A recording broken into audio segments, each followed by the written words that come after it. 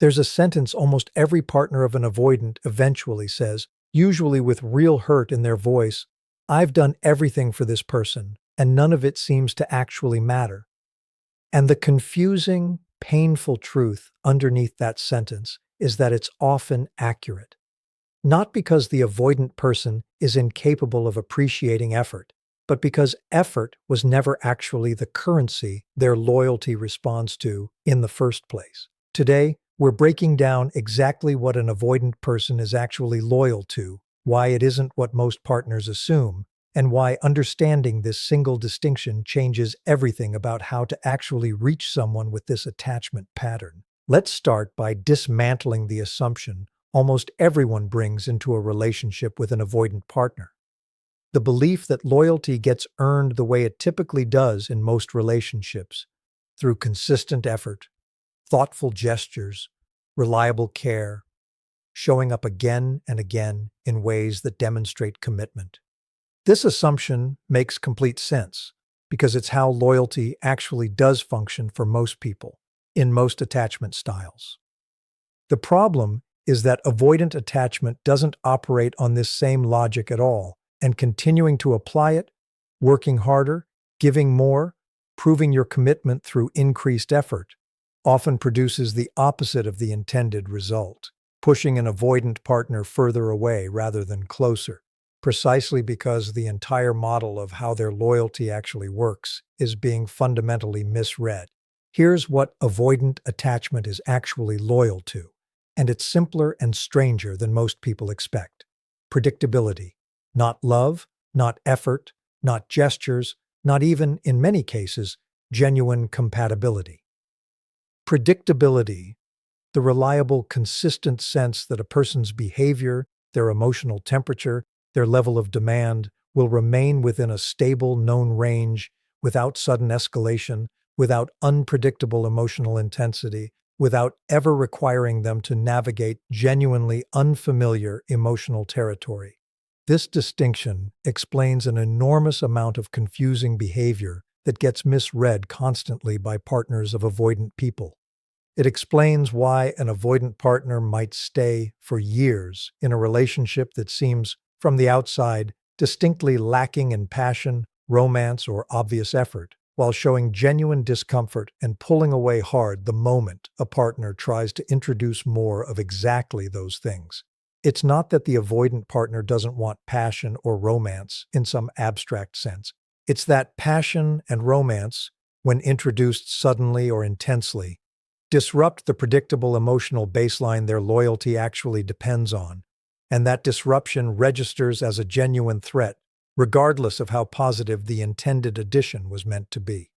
Let's talk about why predictability functions this way for an avoidant person specifically, because understanding the mechanism matters more than simply accepting it as a strange, arbitrary preference.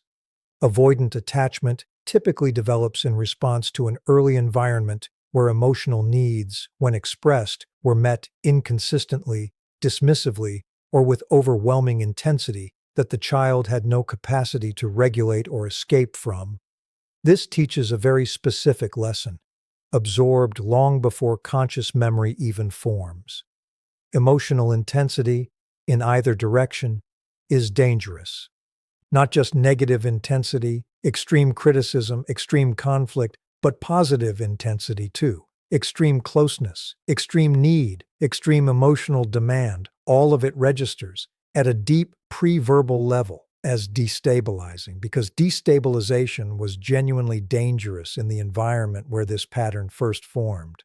This is precisely why an avoidant person's loyalty attaches not to how well they're treated, in the way most people would measure treatment, but to how stable and predictable the overall emotional environment remains. A relationship that offers moderate warmth consistently, without unpredictable swings in either direction, actually produces more genuine security for an avoidant person than a relationship offering intense passion punctuated by periods of demand or conflict, even if the second relationship would, by most conventional measures, seem more loving or more effortful. Let's talk about what this actually looks like in practice, because the abstract principle becomes much clearer through specific examples. An avoidant partner will often stay committed, reliably, to a routine, the same evening activities, the same patterns of communication, the same rhythm of closeness and independence, long after a partner has started to interpret that routine as evidence of complacency or diminishing care. What's actually happening is closer to the opposite. The routine itself is the loyalty. The avoidant partner isn't failing to invest in the relationship by maintaining the same patterns. They're expressing their most genuine form of commitment by protecting exactly the predictable structure that allows them to remain present at all, without triggering the deep, old alarm system that intense change or demand would otherwise activate. This also explains a pattern that confuses and hurts partners enormously.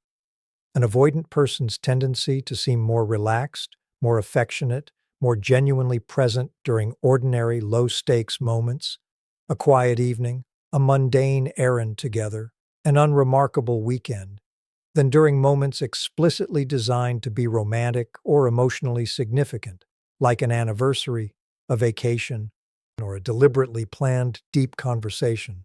The ordinary moments don't ask anything of the avoidant person's emotional regulation system. The deliberately significant moments do, precisely because they carry an implicit demand for heightened emotional presence, and that demand, however lovingly intended, registers as pressure rather than pleasure. This is also why avoidant partners frequently demonstrate loyalty through actions that look, to an outside observer, almost mundane or unremarkable, rather than through the grand romantic gestures that other attachment styles might use to signal commitment. Showing up reliably for practical tasks, maintaining consistent, if understated, presence during ordinary days. Rarely initiating dramatic declarations of love, but rarely disappearing either, simply continuing to occupy the same steady, predictable place in the relationship day after day, without much variation.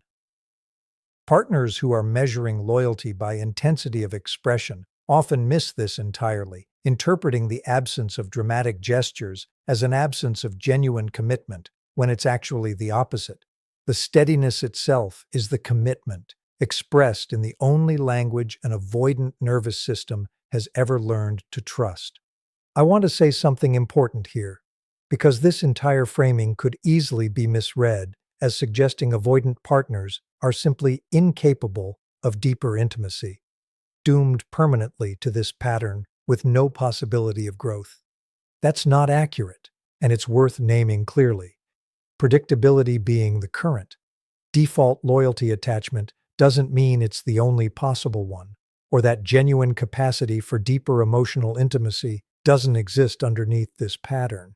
But understanding what an avoidant person's loyalty is currently attached to, rather than what you wish it were attached to, is the necessary first step before any real change becomes possible, because trying to build a deeper connection by working against the existing loyalty structure, rather than understanding and respecting it first, tends to produce exactly the destabilization that pushes an avoidant partner further into the very pattern you're trying to help them move beyond.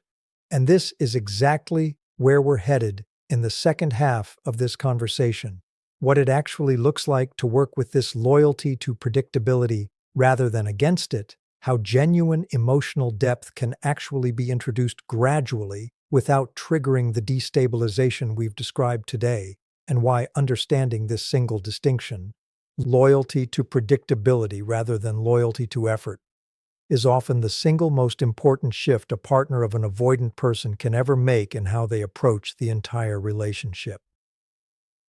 Let's talk about what it actually looks like to work with this loyalty to predictability rather than against it, because this is where the theory from the first half turns into something genuinely usable, and it requires a fundamentally different approach than most conventional relationship advice would suggest.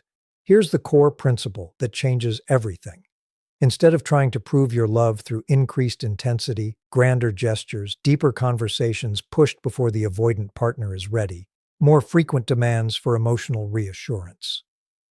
The actual path toward deeper intimacy runs through extending the predictable baseline slowly, in increments small enough that they don't register as destabilizing at all. This is counterintuitive for most partners because it feels passive, feels like giving up on pushing for the depth they actually want. But this gradual incremental approach is precisely what allows genuine change to occur because it works with the avoidant nervous system's actual mechanism rather than constantly triggering its alarm system through well-intentioned but poorly timed intensity. Let's talk through what this incremental extension actually looks like in practice. The first practical step, identifying the current predictable baseline accurately rather than assuming you already know it. This requires genuine observation, noticing exactly what rhythm of closeness and space currently allows your avoidant partner to remain relaxed and present rather than what rhythm you wish were sufficient. This baseline is often narrower than partners initially assume, and accurately identifying it without judgment is the necessary starting point before any careful expansion becomes possible. The second practical step, introducing small, incremental extensions to that baseline, one at a time, with enough space afterward to observe whether the extension gets absorbed calmly or triggers withdrawal. This might look like extending a single, ordinary evening by 15 minutes of slightly deeper conversation, rather than attempting an entire dedicated deep talk out of nowhere. It might look like offering a single moment of unprompted affection during a low-stakes activity, rather than saving all affection for explicitly romantic occasions where the pressure of the moment itself works against genuine ease. The key is smallness, extensions modest enough that they don't register as a significant departure from the existing predictable pattern, even while gradually, patiently expanding what that pattern actually includes. The third practical step, and one of the more difficult ones to practice consistently, resisting the urge to escalate immediately after a successful small extension. This is where a lot of well-intentioned partners undermine their own progress, because a moment of genuine, comfortable closeness naturally creates an impulse to build on it immediately, to push further while the momentum feels positive. But for an avoidant partner specifically, this immediate escalation often reads as exactly the kind of demand-driven intensity their entire loyalty structure is built to resist, turning what should have been a successful incorporated extension into a new threat requiring retreat. The actual skill here is allowing each successful extension to fully settle, sometimes over days or weeks, before attempting to extend further, rather than treating each small success as license to immediately push towards something bigger. The fourth practical step, paying close attention to how withdrawal, when it does occur, actually gets handled, because this moment often determines whether the overall trust-building process continues or gets significantly set back. When an avoidant partner pulls back after an extension that pushed slightly too far, the instinct many partners have is to either chase, increasing pursuit, seeking reassurance, asking what went wrong, or to punish, expressing hurt or frustration at the retreat. Both of these responses confirm exactly the danger the avoidant nervous system associates with emotional intensity, reinforcing the very pattern you're trying to help shift. The more effective response is simply allowing the withdrawal to occur without dramatic reaction in either direction, maintaining the existing predictable baseline calmly during the retreat, which communicates more effectively than any words could that the relationship's fundamental stability doesn't depend on constant forward momentum, and that retreating temporarily doesn't produce any escalating consequence to fear. I want to talk about something crucial that ties all four of these steps together. The entire process requires you, the partner, to develop a level of your own emotional regulation and security that doesn't depend on the pace or outcome of this incremental extension process. This is genuinely one of the harder requirements in this entire dynamic because it asks you to hold your own need for deeper intimacy with a kind of patient steadiness that mirrors, in some ways, exactly what you're trying to help your avoidant partner develop. If your own sense of security in the relationship rises and falls dramatically based on whether each small extension succeeds or triggers withdrawal, you become, yourself, a source of the very unpredictability an avoidant partner's nervous system is specifically wired to avoid undermining the process, even while genuinely trying to support it. I want to be honest about something important as we move toward closing this out. This entire approach requires real patience, often measured in months or years rather than weeks, and it requires you to have realistic expectations about how much change is actually possible and on what timeline. Some avoidant partners, given enough patient, careful, incremental extension of the predictable baseline, do eventually develop a meaningfully wider capacity for emotional intimacy than where they started. Others make more modest progress, expanding their capacity somewhat without ever fully resolving the underlying pattern. And in some cases, despite everything described today being practiced faithfully and skillfully, genuine change simply doesn't happen at the pace or to the degree a partner needs for their own long-term satisfaction in the relationship, and recognizing this possibility honestly, rather than assuming patience alone guarantees a particular outcome, is an important part of approaching this entire process with realistic expectations rather than false certainty. I want to leave you with an image, because I think it captures everything we've walked through across both halves of this episode. Picture a small, wild animal, not fearful exactly, but deeply, instinctively wired for caution, having learned early that sudden movements, loud sounds, or unexpected proximity meant danger. This animal has found, over time, a specific patch of ground where it feels genuinely safe, not because that ground is particularly special, but because its exact boundaries, its exact rhythms, its exact predictable patterns of light and shadow and sound have become known, tested, and trusted through repetition. Someone hoping to actually get closer to this animal doesn't succeed by rushing forward, however gently intended, however genuinely loving the impulse behind the approach. Rushing, even lovingly, triggers exactly the same alarm that any threat would trigger, because the animal's nervous system doesn't distinguish between danger and unexpected intensity. Both register equally as reasons to retreat. What actually works, over time, is someone willing to sit quietly, at a comfortable distance, present but undemanding, day after day, allowing the animal's own sense of the safe territory to gradually, on its own timeline, expand to include a little more space, a little more proximity, without that expansion ever being forced or rushed. This process is slow. It requires the person doing the approaching to develop their own patience, their own comfort with a timeline they don't fully control, their own security that isn't dependent on the animal moving closer on any particular schedule. And here's what's true, honestly, about this entire process. Sometimes, given enough patient, quiet consistency, the animal does eventually choose to close nearly all of the distance on its own, trusting a safety that was earned slowly rather than demanded quickly. And sometimes, despite everything done exactly right, the animal's own wiring simply never allows for more than a certain amount of closeness, regardless of how much patience is extended.